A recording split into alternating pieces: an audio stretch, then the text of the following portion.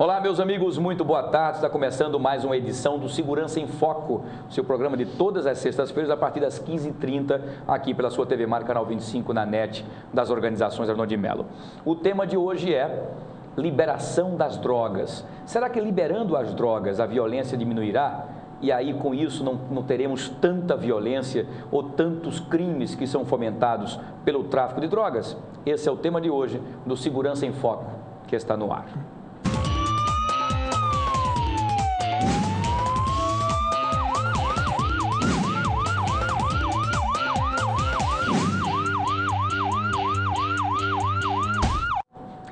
Pois é, meus amigos, mais uma edição do Segurança em Foco. Quero agradecer mais uma vez pela grande audiência, né? Hoje, sexta-feira, dia 5 de junho de 2015, né? Nessa sexta-feira que antecede o feriado, deixando a gente sem saber muito se é segunda-feira, se é sexta, enfim, ficamos meio perdidos, né? Mas agradecer aqui ao carinho e a audiência dos nossos telespectadores, são muitos que estão sempre ligadinhos com a gente, mais especial aqui ao Aragão e ao Ariston, né? Que são irmãos que ficam sempre nos assistindo todas as sextas-feiras, a partir das 15h30 já estão ligadinhos com a gente, ao Ricardo Monte, ao Adilson Calado, obrigado pelo carinho, pelas palavras, Adilson, extensiva aos nossos colegas que estão aqui, ao meu querido amigo Antony Lima também, né, da BMH, que está sempre ligadinho com a gente, ao Rufino Mota, não é, ao André Gama e o Clístenes. Esse trio é o ele chamado Trio Parada Dura, que estão lá na varanda do prédio, né, nos assistindo, acompanhando e participando com a gente. Se você quiser participar, você pode ligar no 3377-9097, é o nosso telefone do Segurança em Foco, nosso querido Rivelino, sempre colocando aqui no 3377-9097, para que você possa participar com a gente, fazendo perguntas, seja para o tema ou relacionado à opinião dos nossos queridos companheiros aqui, convidados de todas as sextas-feiras, tá bom? Primeiro, quero agradecer mais a presença dos nossos convidados, o doutor Leonardo de Moraes, advogado criminalista, mais uma vez, muito obrigado pela sua presença. Boa tarde. Obrigado, boa tarde a todos. Muito bem. Doutor Geraldo de Magelo, historiador, mais uma vez, muito obrigado pela sua participação. Obrigado a você e aos seus ouvintes. Muito bem. E o nosso querido doutor Flávio Saraiva, delegado aposentado e advogado hoje, também mais uma vez obrigado pela participação. Eu que agradeço. Boa tarde a todos. Vamos aos debates. Aos debates, né? Muito bem. O tema de hoje é um tema bastante interessante, porque já foi discutido isso outras vezes em alguns outros meios de comunicação. Acho que nós já passamos também aqui umas discussões, né, preliminarmente, né, sutilmente aqui, sobre a liberação das drogas. Tivemos a Marcha da Maconha na última semana, tendo um desfecho não tão feliz, com a incursão da polícia em relação ao final da marcha, em que houve aí um confronto entre os integrantes da Marcha da Maconha no final, onde havia um acontecimento cultural no posto 7 e os policiais. Houve força, não houve, enfim, será que é fácil para a polícia dar segurança num percurso onde eles fazem alusão à liberação da maconha, durante que os policiais, durante muito tempo, acabam combatendo e vendo a criminalidade crescer justamente por conta da maconha? Quer dizer, fica bastante difícil para que o policial possa seguir, né, fazendo ali, logicamente, o seu papel, do qual foi desempenhado para que fizesse, mas, ao mesmo tempo, o que foi acordado é que na marcha não tivesse ninguém utilizando o entorpecente ou portando uma certa quantidade, já que é crime, tanto o uso como também portar uma certa quantidade, como o tráfico de drogas, né? Enfim, eu vou começar com o doutor Flávio Saraiva, que foi delegado durante muitos anos, por mais que esteja aposentado, mas a polícia, eu digo sempre, polícia e médico está no sangue eternamente, né? Eternizadamente, enfim. Doutor Flávio Saraiva, o que o senhor tem a dizer, por exemplo, nessa apologia que falam que a maconha não seria uma droga ilícita, a bebida, o álcool talvez fosse pior, e que essa liberação da maconha talvez diminuísse bastante a porta de entrada para outras drogas mais pesadas? A polícia acompanhando uma marcha em que ela combate o tempo inteiro, que sabe-se que fomenta-se a criminalidade. O que o senhor tem a dizer, então, sobre essa situação especificamente que aconteceu na Marcha da Maconha? Muito boa tarde. Boa tarde. Eu defendo que todos possam defender as suas ideias, né? As pessoas favoráveis à liberação da maconha. A liberdade de expressão, não é? A liberdade de expressão, enfim, todo mundo tem direito. Agora, especificando o caso da maconha, o Brasil tem resultados, assim, valorizados pelo mundo, né, com relação ao combate ao cigarro, né? Na minha geração, na do Magela, eram poucos os que não fumavam, né? E hoje o Brasil é sucesso de redução do número de fumantes. Eu acho que quando se defende a legalização da maconha, o uso da maconha, a gente está também uma certa incoerência, né? Na contramão com relação ao que o Brasil já conquistou em relação ao cigarro. Em legalizando a maconha, você tem que normatizar plantio, comercialização, as empresas que vão funcionar comercializando. Isso não é uma coisa tão simples, né? A gente imagina, vamos legalizar, descriminalizar, não é o caso, que ainda está criminalizado, né? Aí você começaria com a legalização, descriminalização e começa com a maconha, daqui a pouco vai para o crack, cocaína e a liberação das drogas como um todo. É muito difícil você se posicionar assim, não, eu sou contra, eu sou a favor da descriminalização e consequente legalização das drogas. Porque, ao contrário disso, né, você observa que constata que a guerra contra as drogas não tem dado resultado. Mas, se a guerra contra as drogas não dá resultado, quem garante que a liberação dará resultado? O próprio Uruguai, que muita gente cita como exemplo a ser seguido, né? já está vindo para um caminho inverso. O atual presidente, ele foi contrário à liberação da maconha. O Tabarez, né? Tabarez. Do Vasco. Vasco. Então, ele já está... E os resultados não são tão promissores quanto se esperava, né? Como se esperava. Porque, por exemplo, quem vai regular o plantio, quem vai ter a Agência Nacional da Maconha, para regular o plantio de maconha, onde será plantada a maconha? Por exemplo, ali, Cabrobró, o polígono da maconha será o novo Eldorado brasileiro, né? Com um plantio desse assim, que rende tanto dinheiro.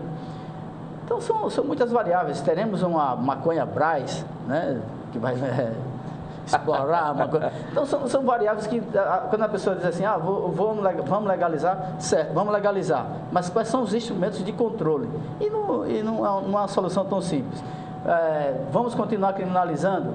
Eu acredito que a gente deva chegar a um meio termo com o controle da maconha. Porque se você está proibido hoje de fumar um cigarro na rua, em ambientes fechados, por que você vai... Como é que será o controle da maconha? Porque eu acredito que 90% dos usuários de maconha, eles não se contentam apenas em fumar e satisfazer a sua necessidade. Eles querem mostrar ao mundo a felicidade de ser maconheiro.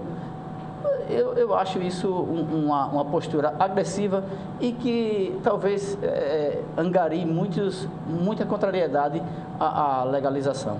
Muito bem, doutor Flávio, o senhor toca num assunto interessantíssimo, que não é somente a liberação, não é, do uso da droga, da maconha, digamos assim, mas toda uma questão logística de como, quer dizer, o senhor toca também num assunto importantíssimo, nós estamos numa luta, numa quebra de braço terrível em relação ao cigarro, que também é muito nocivo, não é, à saúde, enfim, deixando aí os hospitais abarrotados de pessoas com câncer, morrendo por conta de pulmão, e câncer de laringe e muito mais. Então nós estamos numa guerra tremenda para um cigarro que é lícito, porém é uma droga.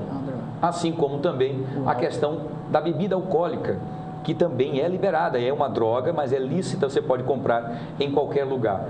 Doutor Geraldo de Magela, o senhor mais uma vez, muitas vezes, toca nesse assunto dizendo que a porta de entrada para as drogas, de uma forma geral, não seria nem o cigarro, mas sim a bebida alcoólica. Não é? Muitas pessoas acabam entrando, né, no mundo dessa roda gigante e com a questão do alcoolismo mesmo. O álcool acaba chegando a um ponto em que a pessoa acaba se deliberando, ficando louca e acaba indo para a maconha, indo para o crack e acaba se acabando nisso.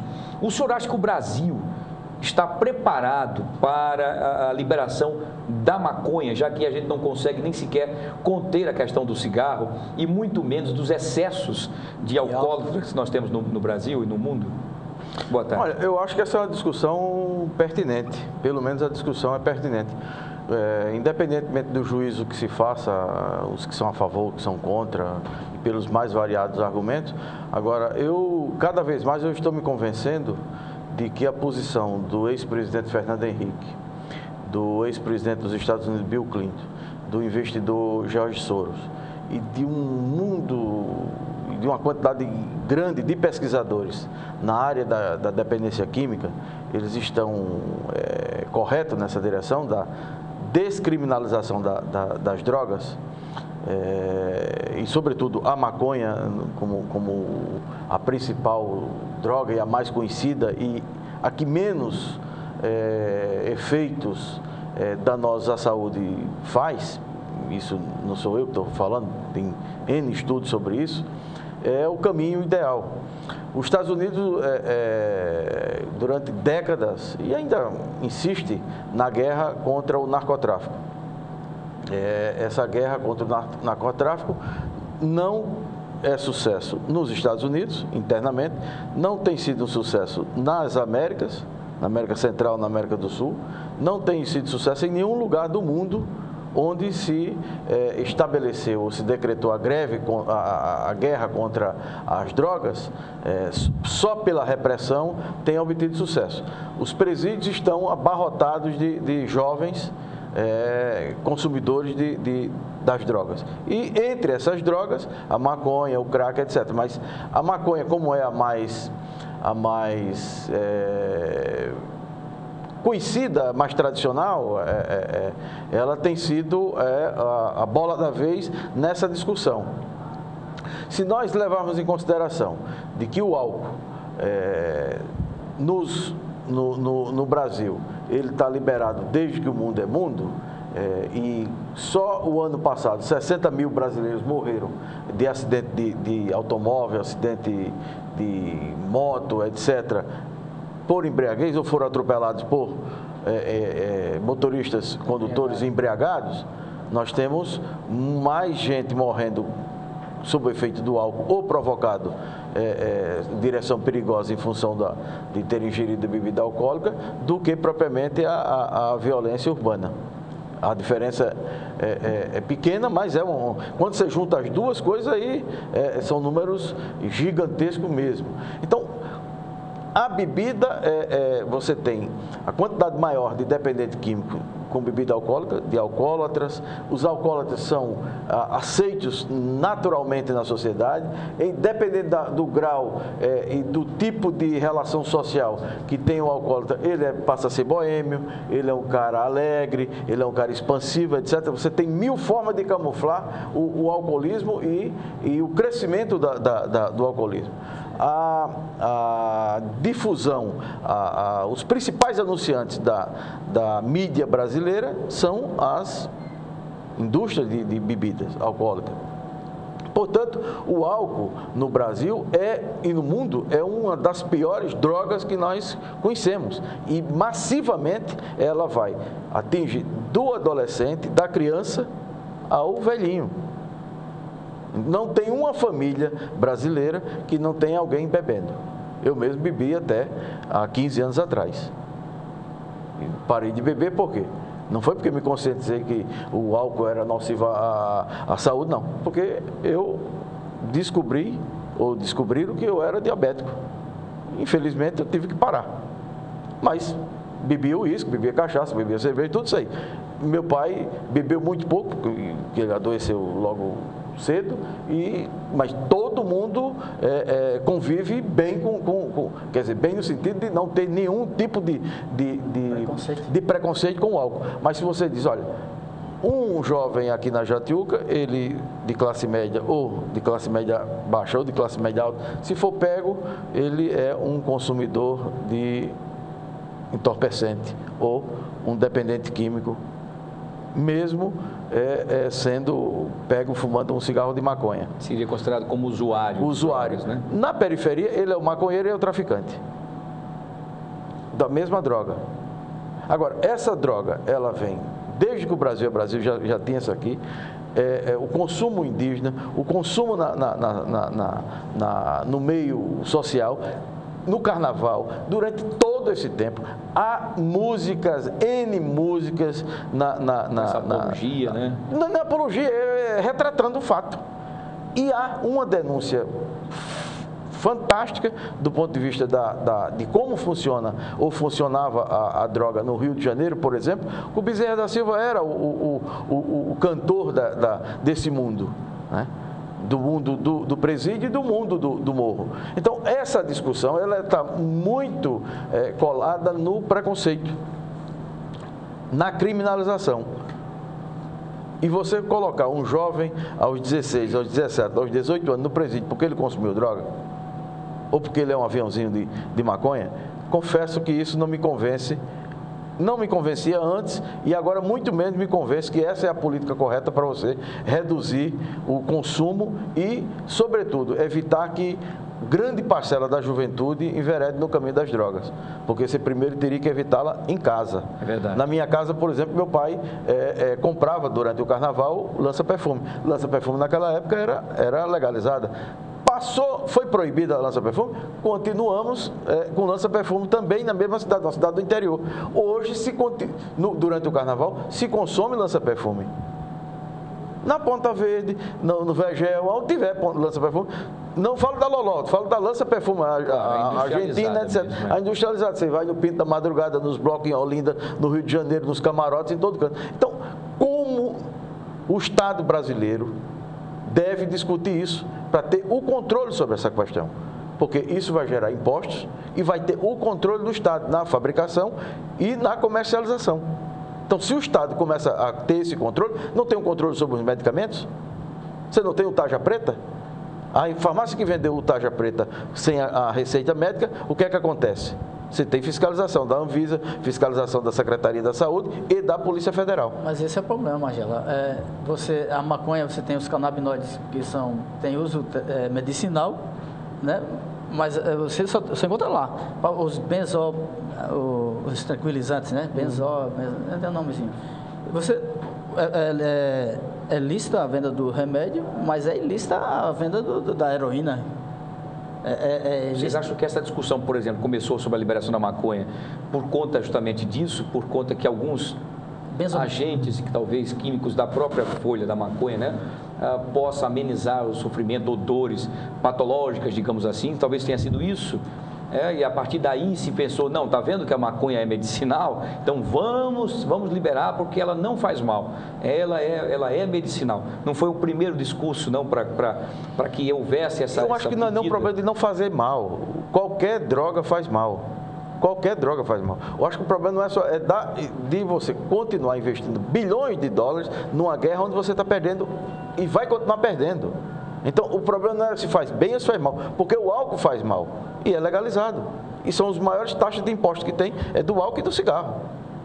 Muito bem. O tabaco é um dos principais causadores de câncer que nós pagamos a conta dos tabagistas. Exatamente. Porque quando você está com câncer, é o SUS que banca. E, logicamente, são os nossos impostos. São os impostos dos não fumantes. Exatamente. Dos fumantes e dos não fumantes. Dos passivos, né? Dos passivos. E não, de quem não fuma de forma alguma. Exatamente. Não está nem perto do fumante. O cara que mora dentro da floresta comprou, ele está pagando imposto, ele está pagando o tratamento do tabagista. Muito bem. Doutor Leonardo de Moraes, você ouviu atentamente aí a discussão do doutor Flávio Saraiva e do doutor Geraldo Magela, e o senhor como advogado, o que o senhor pensa? O senhor que, enfim, que está dentro do processo da questão criminal, você acha que com essa liberação da maconha especificamente, que foi a que nós estamos discutindo mais perto, porque se for falar da liberação de todas, é uma discussão bem mais ampla, passaríamos 6 meses aqui, não conseguiríamos discutir. O senhor acha, como advogado criminalista, professor inclusive, que isso realmente diminuirá? Será como o Colorado, por exemplo, nos Estados Unidos, em que assim, durante um ano, já parece-me completa um ano, e dizem que vai de tudo bem, tudo tranquilo, houve uma diminuição daqueles viciados que ficavam ali, como a Cracolândia, né, se drogando nas portas ou nas ruas. Qual é a sua opinião sobre isso? Boa tarde. Eu não tenho uma opinião bem formada em relação a esse ponto, né, sobre legalizar ou não legalizar. Mas uma coisa é certa, né, que o doutor Magela falou agora, que nós vamos perder, vamos continuar perdendo. Não, para mim vai perder sempre, nunca vai conseguir combater as drogas.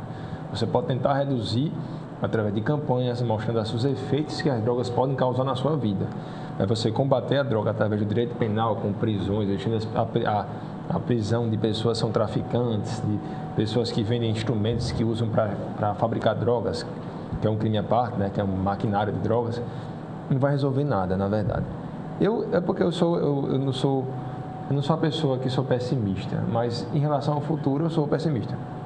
Eu sei que não tem jeito. Da forma como está, não vai se combater as drogas no Brasil. Prendendo não adianta. Você perguntar a qualquer policial militar e policial civil que inicia a investigação, quando você prende 20, vai aparecer 40 semana que vem. Então dá para ver que a questão das drogas não é uma questão ligada muito mais ao crime, mas é uma questão de saúde pública. Então, para mim, uma forma de você combater o crime, ou de você combater o uso de drogas, o tráfico e assim por diante, é você fazer campanhas mostrando os efeitos que as drogas podem causar na sua vida e das pessoas de um modo geral, né?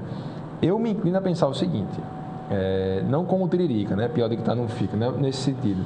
Mas eu tenho minhas dúvidas realmente se ele legalizasse as drogas, algumas drogas, né? Que haveria não a legalização das drogas de forma ampla, mas algumas drogas, e vendendo a droga em cybercafés, com acompanhamento pelo Estado, né? Você permitiria que as pessoas que consomem drogas, uma grande parte, porque o tráfico nunca vai acabar, elas pudessem ter uma certa regulamentação, um acompanhamento pelo Estado em locais certos, né? Por exemplo, 5 locais em Maceió, 10 locais em Maceió que se vendiam drogas legalizadas, como por exemplo a maconha, que é a mais famosa.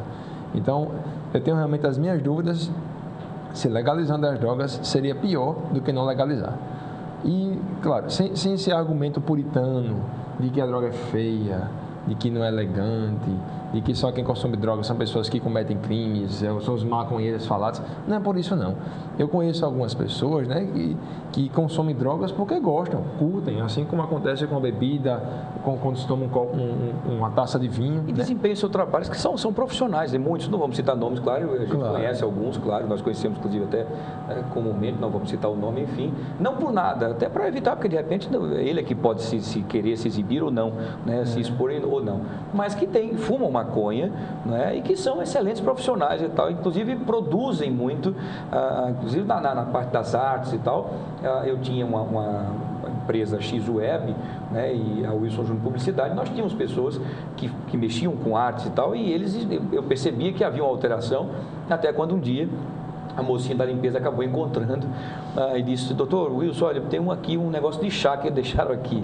E eu, ao pegar, senti que não era chá e chamei todos e disse: olha, não precisa ter nenhum problema, não vou reprimir ninguém, só quero que me digam, eu não quero que coloque essa quantidade aqui dentro, porque até eu provar que não fui eu, que não sou eu, vai ser terrível aqui, eu coloco todo mundo em xeque. E a pessoa acabou dizendo, e ele hoje é um grande profissional, né? E se utiliza disso nos momentos para ter êxtase e diz que fica muito bem, que até evolui no trabalho. Enfim, é uma discussão bastante interessante. O problema do tráfico, o que as pessoas pensam, na verdade, não é a pessoa que usa drogas, mas aquele que trafica as drogas.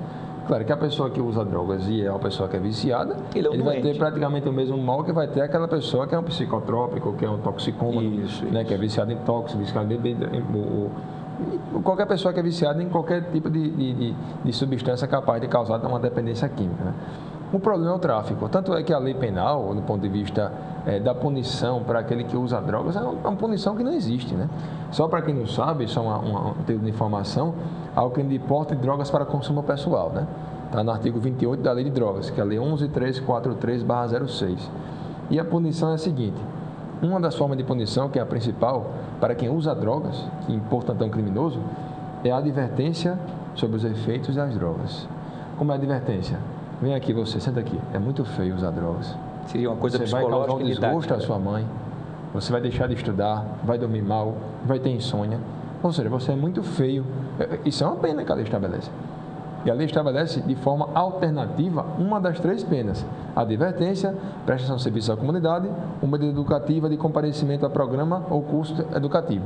E você pensar que existe um crime previsto na própria lei de drogas, cuja punição é a advertência sobre efeitos de drogas, você consegue perceber que a importância da lei não é para aquele que usa, nem que seja socialmente ou na sua casa, mas sim para aquele que trafica drogas.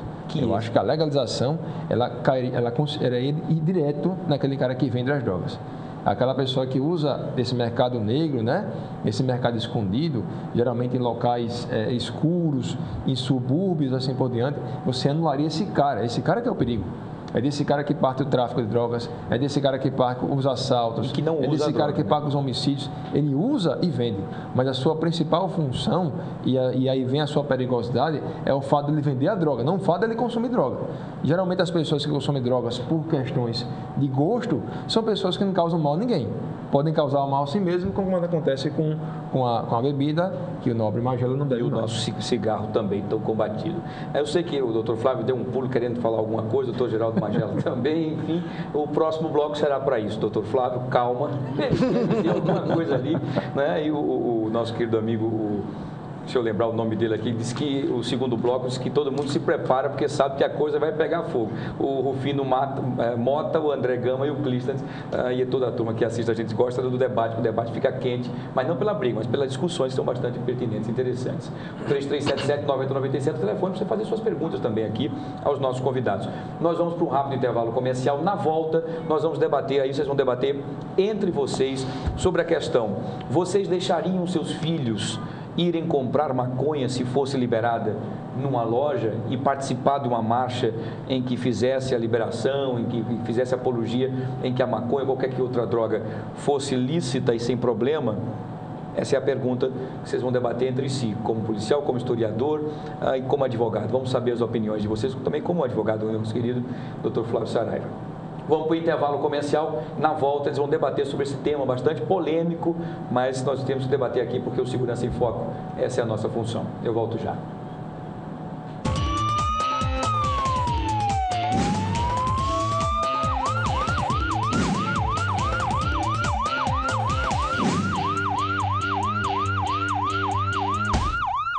Você já esperou demais para viver bem? Aproveite o melhor da vida no Residêncio Waterfront. Estrutura completa e pronta para morar, à beira-mar da praia de Ipioca. Apartamentos totalmente mobiliados, com utensílios de alto padrão, acabamento primoroso e até 100 meses para pagar. Residência Waterfront. Descubra que o topo fica ao nível do mar. Vendas Zampieri. 2121-6000. O quanto a indústria é importante para o Brasil? Sem a indústria da moda, a gente não teria se encantado com elas. Sem a indústria automobilística, não teríamos tantos ídolos. Sem a indústria médica, muitas vidas não teriam sido salvas. A indústria química é a base de todas essas indústrias. A Braskem tem orgulho de ajudar a produzir um país tão forte quanto o seu povo. Braskem, estratégica para o Brasil, inovadora para o mundo. Só vejo nuvem, eu trago vento, lá vem o frio, eu te esquento. Se cai a chuva, eu mudo o tempo, em noite escura, a lua eu acendo. Saio todo dia só pra te ver, meu mundo gira só por você. Saio todo dia só pra te ver, meu mundo gira só por você. Dia dos Namorados Maceió Shopping. Perto de tudo, perto de você. O mosquito da dengue é perigoso, mas nós temos a força. Ninguém precisa de superpoderes para combater a dengue e a febre chikungunya. Mas precisa de atitudes simples, como caixas d'água, tonéis e poços cobertos. E nada de água parada em garrafas, pneus e pratinhos. Eliminar o criador do mosquito, mais que um cuidado, é um exemplo de cidadania. Com a força de todos, o mosquito não tem vez. Governo de Alagoas, trabalhando sério, a gente chega lá.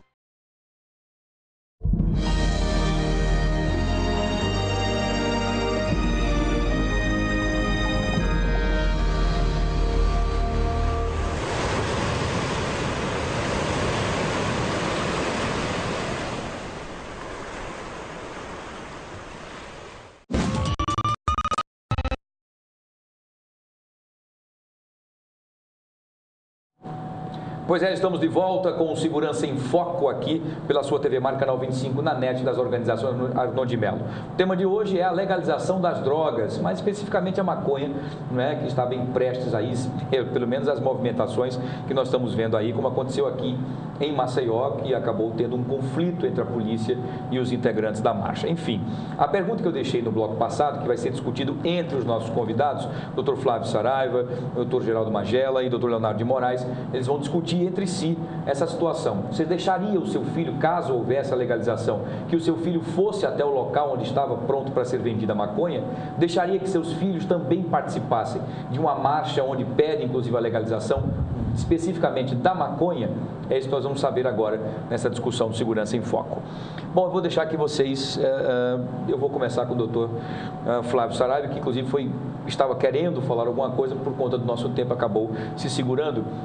Por favor, doutor Flávio, coloque o que o senhor ia colocar, inclusive, no momento da fala do doutor Leonardo. Eu sei que seria no ímpeto, e agora discutam entre si se vocês concordam que essa legalização seria ótima, que seus filhos pudessem ir até o local ou não, e aí vamos ver como é que nós vamos chegar a um denominador comum. Inicialmente, a gente deve colocar que só existe o traficante porque ele tem o usuário, né? Senão ele ia traficar o quê e para quem, né? Então, assim, tirar esse protagonismo do usuário, eu acho que não é bem o caminho. Com relação na condição de pai, eu devo ao meu pai o pavor às drogas. Eu nunca experimentei maconha e droga nenhuma. Por absoluto pavor a possibilidade do meu pai tomar conhecimento disso e me punir. E a pizza seria grande. Então, hoje, como também devo a ele, eu tenho ingressado por alcoolismo, né? Que também entrei no álcool muito cedo e certamente ele tem essa influência, porque ele bebia muito, o filho quer repetir ou quer seguir o pai, né? Ultrapassar o pai. Mas voltando à pergunta da maconha, vendo pelo lado de saúde, eu jamais eu permitiria que um filho meu participasse de maconha. Primeiro que hoje ainda é crime. Eu não iria permitir que um filho meu participasse de marcha de maconha. É crime ainda. Como é que você vai fazer apologia a uma substância entorpecente? E segundo, a gente deve muito olhar, se a gente olhar pelo aspecto da saúde, a gente acho que teria uma melhor facilidade na discussão sobre a liberação da maconha. Voltando ao cigarro, o Brasil tinha 60% de fumantes, hoje não passa de 15%. Então, por que a gente não desenvolve, o próprio governo desenvolve campanhas educativas sobre até os efeitos medicinais que a maconha tem, que me parece que são direcionados a pessoas anoréxicas, mas que a maconha é um gatilho impressionante para algumas psicopatias. Exatamente. Né? Então, isso deveria ser informado às pessoas como um todo, e daí a gente tem uma compreensão. Se a gente hoje tem a compreensão de que não quer ninguém fumando dentro de casa o cigarro legal, por que vai admitir que alguém fume maconha dentro de casa? Se você quiser ter um cheiro específico no seu prédio, independente da altura dele, tenha um maconheiro proativo dentro desse prédio, porque todo prédio passa a exalar aquilo ali. É verdade. Então, por mais que eu respeito quem gosta de maconha, mas o cheiro da maconha é terrivelmente irritante. Então, respondendo à pergunta, eu não só não permitiria, mas como iria combater com as minhas prerrogativas de pai a atitude de um filho meu que fosse para a marcha da maconha, ou fumar maconha, ou qualquer outra coisa assim. Esse irritante que o senhor falou, por exemplo, do cheiro da maconha, não é por conta de várias vezes combater o crime, justamente, e esse cheiro acabou ficando subtendido de que sempre que esse cheiro está perto, alguma coisa errada estava acontecendo? Pode ser, né? Como policial, como delegado, claro. É um comportamento já do subconsciente. Do subconsciente. De maconha, né? Isso é crime e seja uma reação. É assim, mais uma vez, eu entendo quem fuma, mas quem fuma tem que ter a noção de que é crime e que faz mal à saúde. E acredito que, mais uma vez, se a discussão fosse levada para o foco da saúde, nós teríamos debates melhores. Muito bem. Doutor Geraldo Magela, o que é que o senhor tem a dizer sobre isso? O senhor deixaria, então, seu filho, seu neto, você já hoje é um avô? Ainda não. Ainda não? Ainda não, é verdade. O pessoal anda muito devagar. Novo para ser avô mesmo. Mas um filho, uma filha, o senhor tem 2 filhos, né? Uma filha só. Lá o esquema é chinês. Para economizar. Né? Eu sei que ela é bastante educada e você a educou como sempre fez, como sua família inteira, enfim. Você deixaria, caso acontecesse isso, sua filha ia até algum lugar para comprar maconha ou participar de uma marcha, como aconteceu aqui em Maceió? Deixaria, e explico por quê. A minha filha tinha ela agora tem 22, com 13 para 14 anos, ela brigou com a mãe e disse que ia sair de casa. Eu ouvi aquela conversa e tal, depois do almoço, eu disse, filha, vamos ali com o pai na rua? Bora. Eu tenho um carro, aí parei na Praça dos Martírios, tinha um monte de cheiracola lá, os meninos de rua. Aí parei e fui lá conversar com os meninos, ela ficou assustada, eu disse, não, vamos lá conversar. Aí não demorou mais do que 15, 20 minutos aquela conversa lá. Quando eu voltei para o carro, aí fiz uma série de perguntas, onde é que morava, de onde era, se tinha pai, se não tinha mãe, aquela coisa, uma certa cena. E quando ela entrou no carro, eu disse, olha, você brigou e disse que queria sair de casa. Quem sai de casa na sua idade, que não tem trabalho, que não tem formação profissional e não sabe para onde vai ter que parar aqui. Você quer viver com isso aqui? Se está ruim em casa, aqui está bem pior. Ela parou e tal, e ficamos conversando. Só agora vamos na Bali, tomar um sorvete e tal. Aliviar um pouco. Jamais ela voltou a falar que saía de casa.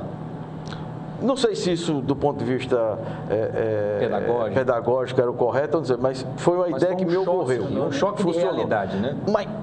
Mas na minha casa, nunca houve cegonha, nunca houve temas tabu do homossexualismo, seja masculino, feminino, das drogas, da bebida. Nenhum desses temas foi tabu lá em casa. Então, como esses temas não eram tabu, nem da minha parte, nem da parte da minha ex-mulher, da mãe da minha filha, então ficava mais fácil da gente conversar, explicar o surgimento do homem, como é que surgiu, se Deus existe, se Deus não existe, como é que funciona. Toda essa discussão sempre foi uma discussão clara. Então, nunca houve esses tabus. Portanto, se ela um dia consumir drogas em lista, o máximo que eu vou poder fazer com ela é argumentar para que ela saia dessa onda, que essa onda não é uma onda boa. Não é uma onda boa. Mas aconteceu, por exemplo, uma das amigas cheirou loló. E aconteceu um problema na escola, etc. Lá em casa parecia um consultório psicanalítico. Então foi lá para casa para a conversa, que todas essas conversas rolavam lá em casa, aí foram as meninas e essa amiguinha. Uma discussão de como ela ia enfrentar em casa, como é que ia chegar para o pai, para a mãe, para conversar. Então, essa discussão é uma discussão que nessa idade, dos 13, dos 14, dos 15, dos 16, dos 18 anos, as pessoas são muito vulneráveis. Nós fomos vulneráveis a isso. Exatamente. Só que nós vivemos num outro período, num outro mundo, onde a principal droga e a mais conhecida era a maconha. E álcool nunca foi droga. Ao contrário, álcool sempre foi uma forma de afirmação das pessoas. Então, essa discussão é uma discussão, quando ela vai para o campo da saúde, é o campo apropriado para ser discutido e não no campo da polícia. O campo da polícia é o tráfico, é a violência que a droga causa. Aí é um outro departamento. Por exemplo, o prefeito de Santos, na época, o Davi Capistrano da Costa Filho, médico, sanitarista, prefeito de Santos, ele estabeleceu em Santos que a prefeitura deveria distribuir seringas e camisinhas para os usuários de drogas. Foi um escândalo nacionalmente isso. E ele segurou, foi a única prefeitura, a primeira, e segurar esse programa. Depois o Ministério, todo mundo começou a falar da redução de danos.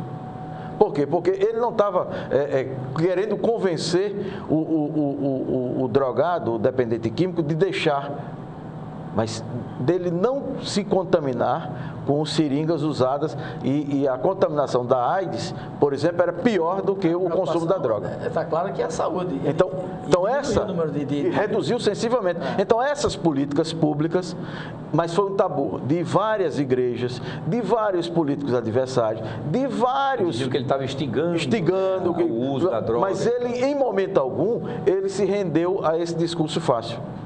Porque ele, como médico, sabia que aquela política, no primeiro ano, no segundo, em algum tempo, ia haver uma diminuição. E foi de fato o que aconteceu.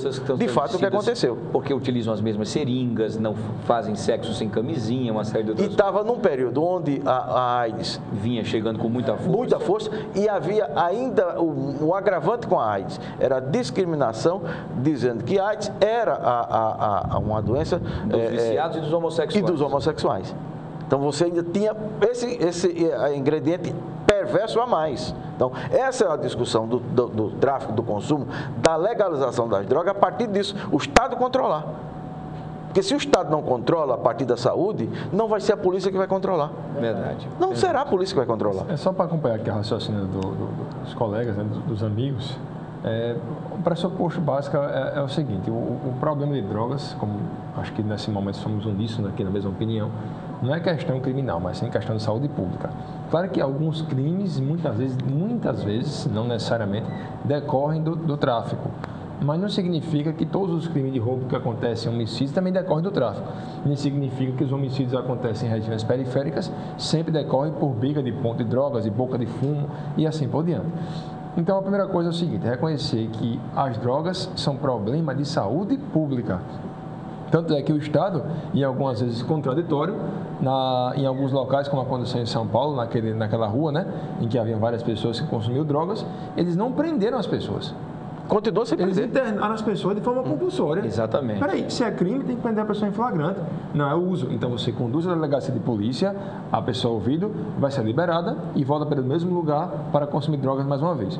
Então o próprio Estado, ele é em si contraditório. Porque em algumas situações ele combate, prendendo as pessoas, e outra encara como questão de saúde pública. É inegável que drogas é questão de saúde pública, por suas consequências, por aquele que ele pode causar na vida de uma pessoa e da sua família. Uma pessoa que é viciada em drogas não é só aquela pessoa que vai nela sozinha, que se prejudica por isso. Ele leva consigo a família inteira. A família inteira todo mundo sabe. Né? Quantos são os casos de pessoas que se autoflagelam, que levam coisas de casa, para quê? Para o fim de alimentar o vício, porque os pais não vão dar dinheiro para isso, ele não estuda mais, ele não trabalha, ele não consegue fazer mais nada, não consegue dormir e assim por diante. Então as drogas são questão de saúde pública. Um segundo ponto, o Estado perdeu a guerra e vai perder a vida inteira. Daqui a 1000 anos a discussão vai ser a mesma e vai perder. Por quê? Porque encara que o combate às drogas deve ser feito com a prisão. Não vai conseguir. A polícia tem que ser mais amena e seria isso, então, em relação Não, a polícia faz a sua parte, que é a parte de prender. Eu digo, é o próprio Estado. Porque o combate... Mas se você vai prender, por exemplo, no caso concreto da marcha da maconha, porque alguém supostamente disse que está fumando maconha ali, se você encher o camburão de quem, e você mesmo leu aí, o sujeito vai, se fumou, olha, não fumo, que isso é ruim para a sua saúde, para a sua família, etc. É inócuo isso. É essa a expressão da inocuidade, da ineficiência do Estado. A lei estabelece sequer a pessoa que vai dar advertência é o juiz. O juiz não é autoridade para dar essa advertência à pessoa, não. Nem a mãe dele nem do pouco pode ser um médico. Poderia falar aqui no psiquiatra ou no psicólogo. Mas quem dá advertência é o juiz. Muitas vezes é o próprio juiz que dá advertência quando ele mesmo consome. Eu tive um caso, por exemplo, em que a pessoa foi presa por embriaguez ao volante, e aí não foi aqui em Alagoas, graças a Deus foi em outro estado, foi em Pernambuco, e nós fomos falar com a autoridade judicial específica, e o rapaz era para chegar às 7h30 no fórum, chegou 11 da manhã com um hálito de cachaça que quando foi ouvir quase caía. E ele chegou lá dirigindo. Faço o que eu digo e não faço o que eu faço. Justamente. Então, é uma situação complexa. Então, primeiro Estado, pessoas, né? A sociedade de modo geral, é questão de saúde pública. Segundo, o Estado perder a guerra vai perder a vida inteira.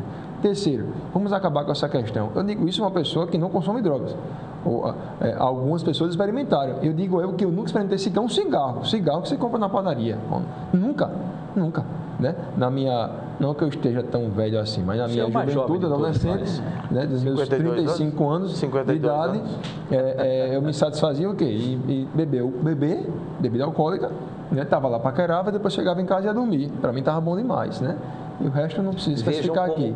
Muito bem, vejam só rapidamente, vejam como todas as discussões falam da bebida. O doutor Flávio tocou no assunto da bebida, o doutor Leonardo também toca na questão da bebida, você também, o doutor Geraldo, também na bebida. Vejam como a bebida está mais presente do que a gente imagina. Mas é uma sequência de gatilhos. Exatamente. Você começa com o álcool, você vai para a maconha, que é gatilho de crack, de cocaína, etc. É muito difícil o maconheiro ficar só na maconha. Ele também bebe, não é? O fato de aceitar. Não, porque é o gatilho, assim, você tem o álcool, já não satisfaz. A maconha, tem um comportamento alcoólatra, agora eu vou para a droga. Maconha, é a porta de entrada. Crack, cocaína, e aí é uma série de gatilhos sem fim. Então, essas pessoas não têm a consciência de que está praticando mal à saúde. Que se o Estado gastasse o quanto gasta com ações policiais, prendendo usuários, tomando tempo de juiz para dar esporrinho em usuário, talvez esse dinheiro fosse muito melhor aproveitado em campanhas preventivas. E esse seria o foco do Estado. Eu também eu advogo essa tese que o Estado faliu no combate às drogas, mas também o Estado não pode abdicar de combater traficantes. Não, aí não. Nós caminhar para e passo.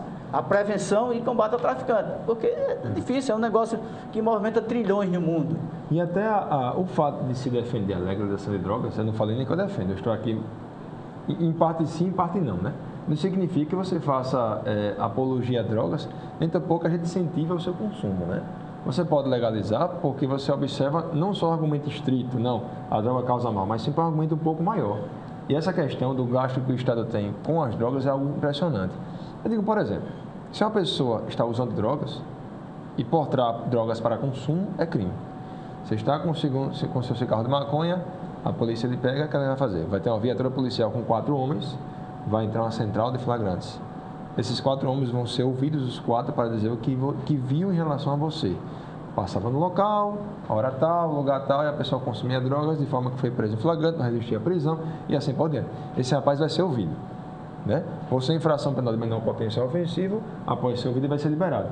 Só que até isso acontecer, bota aí 3 horas. É menos uma viatura policial nas ruas, é gasto com papel, porque você moveu, nesse caso, a Polícia Militar, moveu a Polícia Civil, vai mover o Ministério Público e vai mover o juiz para dar uma advertência. Isso está provado que tem um aspecto positivo no combate à criminalidade como um todo. O exemplo é Nova York. O combate é que os drogados eles não podem estar consumindo ou traficando no meio da rua. Porque o pequeno traficante, ele vai para entra no determinado imóvel e fique reunido lá, fume, use, como até quiser. O álcool também não pode ser consumido na rua também, né? Porque isso teve impacto positivo na redução de homicídios, porque você tem menos confrontos, né, para o território. Você está ali confinado no seu imóvel, fumando, fazendo suas orgias, tudo bem. Agora aqui, a polícia, eu acho que ainda deve se combater, por exemplo, você vai para o passeio Vera Arruda, você tem gangues lá, reunidas, fumando maconha, dando exemplo a criancinha que está tentando ali só brincar com os pais e as mães, mas estão lá os caras fumando maconha ostensivamente, como se fosse, olha, venha para a minha tribo aqui. Que é a melhor de todas. É melhor.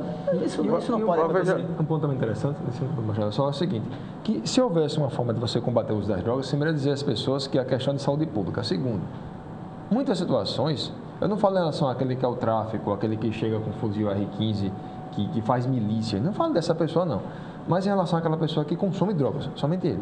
Você poderia, por exemplo, através do Estado, aplicar uma multa para a pessoa que consome drogas em local público. Não precisa prender. Já tem muita gente presa. Não precisa você manter que consome drogas preso com aquele cara que é um multireincidente. Porque daqui que a justiça libera a pessoa, pode demorar até meses para que isso aconteça. Por mais que ele nunca, no final, pudesse ser preso, mesmo com a pena aplicada em seu grau máximo. Então, você poderia aplicar multa.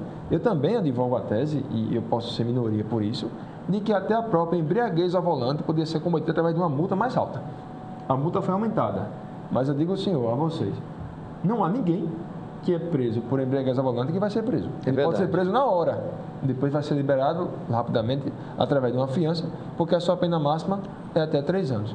Mas nunca vai ser preso. E essa situação, na hora que você corta a relação do usuário com o traficante, sai da ilegalidade e você tem o ponto, do jeito que eu compro o cigarro, que é da Souza Cruz, ou contrabandeado do Paraguai e está sendo vendido no canto, eu vou lá e não estou dependendo de ninguém. Na hora que eu chego no supermercado, na loja de conveniência e compro cerveja, eu não estou dependendo de ninguém, estou com dinheiro, vou lá e compro. Então, na hora que você corta essa relação, você está cortando e está mexendo com o bolso do tráfico. A rede do tráfico, ela é uma rede que você não sabe onde começa e muito menos onde ela vai terminar e como ela se espalha na sociedade e os tentáculos do tráfico, onde eles estão.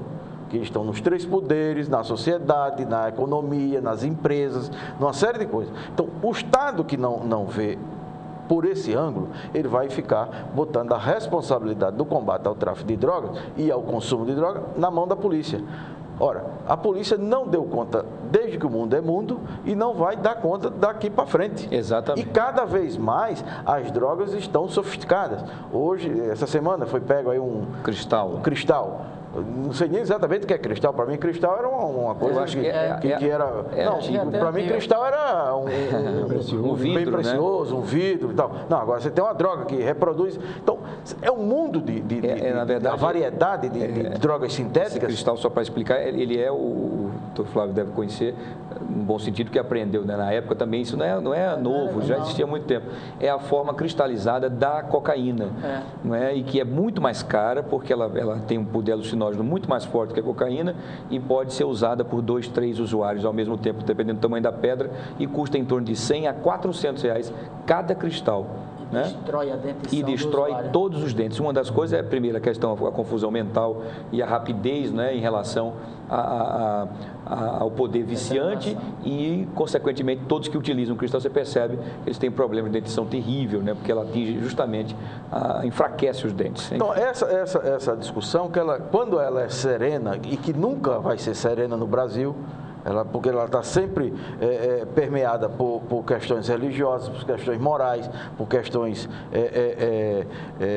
do ponto de vista do combate criminal, divisões que tem que ser o encarceramento, que é a política do encarceramento, do endurecimento das penas, etc. E não resolve nada. E não resolve, porque o crime hediondo ele passou por tráfico de droga e tem crescido enormemente o tráfico de drogas, os crimes dos grandes disputas dos pontos de venda de droga em Alagoas e fora de Alagoas. Então, aumentou pena, aumentou a renda da população, aumentou também o consumo e a quantidade de presos, usuários e traficando varejista do tráfico. Então, você tem dos 515 mil presos até 2012, que são os dados do mapeamento do encarceramento no Brasil, 266 mil estão na faixa dos 18 aos 30 anos.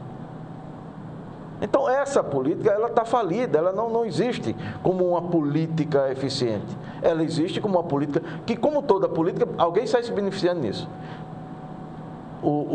Quem vive em torno dessa política da repressão está se beneficiando disso. Ou se beneficia economicamente, ou se beneficia politicamente, ou de algum fator do ponto de vista ideológico, o cara está convencido que aquilo lá vai resolver, aumentando o PIB e botando mais gente e reduzindo a idade de menores para encarcerar. Então, Magela, o encarceramento eu acho que só não dá certo no Brasil, né? Porque em todos os países dá certo, e os Estados Unidos dá certo. Agora, a gente está tentando legitimar condutas criminosas pela incapacidade do sistema penitenciário recuperar. Então, isso é uma bola de neve. Não prenda porque lá vai ser pior, então deixa para lá. Então, vamos acabar com as prisões, vamos tentar aconselhar um tipo desse do juiz, olha, não mate mais ninguém, não trafique mais, não roube. Então, com a solução. Não, mas são duas coisas. Entre o consumo e a morte. São duas coisas diferentes. Consumindo, matou é outra coisa. A sua fala aqui no começo foi de que o jovem, quando é da periferia, ele é traficante. Quando é aqui do asfalto, é usuário. Não é isso. Não, mas olha, do ponto de vista isso não é uma regra. O tratamento realmente é esse. Eu não falo da polícia de modo geral, mas do ponto de vista da estatística, o tratamento é esse. Isso acontece muito mesmo. Se pensar em combater as drogas através da prisão, para mim não adianta nada não. Se você pensa no traficante, apenas o traficante que mantém milícia privada, milícia que mantém um comando, aí eu acho realmente importante. Eu não estou falando das drogas especificamente. Se advoga uma tese de que a prisão não conserta ninguém, então para que prisão mais no Brasil? Né? Vamos deixar isso. Isso é um princípio da própria democracia de que a pena mas vai para um discurso que eu acho que até repetido o discurso. Não, na cadeia só tem pretos, né? Preto pobre. Até porque a população carcerária, a população brasileira, em sua maioria, é preto e pardo. Né? Os jovens, se eles são vítimas, eles da mesma forma que são vítimas, eles são a maior proporção nos crimes. Isso tem uma relação natural. Agora, eu não vejo ninguém comentar que no Paraná a maior população de vítimas é de branco. Porque lá tem poucos negros. E aqui tem muitos negros. No Brasil, isso é uma estatística. As pessoas querem manipular as estatísticas em defesa de um ideal. Minha tese é essa, eu defendo isso e vou buscar uma estatística favorita. Essas aqui são as estatísticas do Sistema Penitenciário Nacional. Certo, Magela. São os dados concretos. A estatística, por exemplo, tem que, no bairro de Bebedouro, qual o percentual? Vamos fazer aqui uma experiência micro, levantar o censo de apontar, que você pode definir esse universo de pessoas. Quantas foram para o crime, qual o comportamento delas, se são usuários de drogas, enfim. Agora, você quer fazer de uma população como o Brasil, extremamente miscigenada, extremamente diversificada geograficamente, para estabelecer estatística. Não, o Brasil penaliza, querendo até dizer que o Brasil preconceituoso. É preconceituoso, racista. Mas o Brasil é um país racista. Mas Flávio, todas as pesquisas dizem isso. Todas as pesquisas dizem isso. O IBGE, antigamente você fazia pesquisa do IBGE, você tinha 15, 20 tipos para definir o brasileiro. Não, você é negro, não, eu sou jambo, eu sou moreninho, sou cor de café, sou de canela, etc. Agora não, você tem branco, negro, índio, pardo e amarelo. São as 5. Amarelo sou eu, então. Amarelos são japoneses, orientais, etc. Então, você define isso claramente. São os dados, as categorias estabelecidas pelo IBGE e os dados são os dados do Sistema Nacional de Penitenciário. Então, esses dados são os dados oficiais. Não há esse número é o número do governo. Eu tinha tudo para não acreditar no governo. Desconfiei. Não.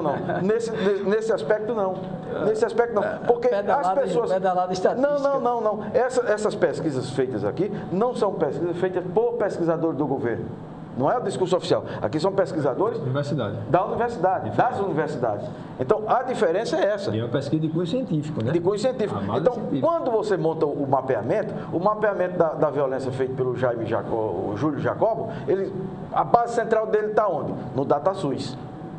A base central desses dados aqui estão no sistema penitenciário e no mapeamento da violência do Júlio Jacobo. Então, essa discussão dos números do Brasil, cada vez mais, os números são confiáveis. Muito felizmente. Agora, deixa eu só interromper vocês, nós já estamos estourados do nosso tempo, a discussão fica calorosa, é importante essas discussões, vejam que infelizmente nós não estamos preparados para a liberação de droga nenhuma, nós temos muito que aprender ainda com essa liberação, essa é a minha opinião, a opinião que nós estamos vendo aqui, inclusive de telespectadores que passaram as informações aqui para a gente também. Nós temos essa discussão, deveríamos trazer outras vezes, que é uma discussão bastante interessante, com algumas matérias. Vamos fazer isso, até pedir aos colegas que a gente possa trazer alguns exemplos de discussão aqui, com alguns e-mails que devem ter chegado dos nossos telespectadores, porque é uma divergência muito grande. O que o doutor Flávio diz tem também um sentido, como tem também uns estudos feitos aí, trazidos aí com os universitários, também pela universidade e por institutos seríssimos também, vocês concordam, é uma discussão bastante interessante. Na verdade, culturalmente, nós não estamos ainda preparados para uma liberação de uma droga que durante anos, não é, foi taxada como digamos assim, enfim, como é que eu poderia dizer para que vocês possam, o telespectador possa até entender, a culpada, digamos assim, das mortes, dos tráficos, dos assassinatos, dos acidentes, foi depositado na conta foi depositado na conta dela, talvez uma responsabilidade de muitos que deveriam ter a responsabilidade das políticas públicas e acabaram não fazendo. Então é muito mais fácil colocar nas coisas que já são ruins, né? Então é uma discussão grande, o sistema penitenciário foi citado também, que é uma coisa terrível, é um caldeirão em ebulição o tempo inteiro, enfim. Mas infelizmente nosso tempo acabou terminando. Eu quero as considerações finais do Dr. Leonardo rapidamente, nós já estamos bastante estourados, nossa direção já está louca ali, enfim, muito obrigado pela sua participação mais uma vez. Agradecido pela mais uma oportunidade, né? Essa discussão é bem salutar, porque não se pode pensar numa questão sem pensar em suas consequências. Questão de drogas é ligada à questão de saúde pública, não é essencialmente problema criminal. Uma pessoa que usa droga não é uma pessoa que não presta, é uma pessoa que convive conosco, assim como aquela pessoa que gosta de também beber a sua cerveja ou até mesmo tomar o seu vinho em momentos de elegância. Vamos aqui manter, então, as drogas da forma que está e vamos manter o mercado lucrativo, porque para o traficante é muito bom manter as drogas, porque a polícia prende quando tem 50 lá sobrando, né? Vamos não permitir que o Estado gaste bilhões de dinheiro com o Ministério Público, com a polícia, com o Judiciário e assim por diante, para prender o perigoso homem que usa drogas. Né? E, por fim, vamos manter as drogas da forma que está e não vamos permitir a convivência pacífica entre pessoas que consomem drogas e pessoas que consomem bebidas alcoólicas. Eu sou a favor.